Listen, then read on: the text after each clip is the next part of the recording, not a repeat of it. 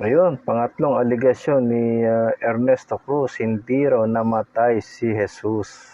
So, sabi niya si Jesus daw hindi namatay. Kung si Jesus ay hindi namatay, ay wala po tayong kaligtasan sapagkat siya ay tinubos niya tayo sa ating mga kasalanan sa pamamagitan ng kanyang kamatayan.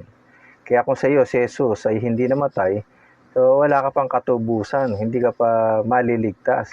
Sapagkat si Jesus ay namatay, tinubos tayo sa kasalanan at sino mang nanampalataya sa kanya ay magkakaroon ng buhay. So ito po yung miracle na nangyari nung mamatay si Jesus. Sabi rito sa Aklat ng Mateo 27, verse 51, at sa mga sumunod na mga talata, biglang napunit sa gitna ang tabing ng templo mula sa itaas hanggang sa ibaba.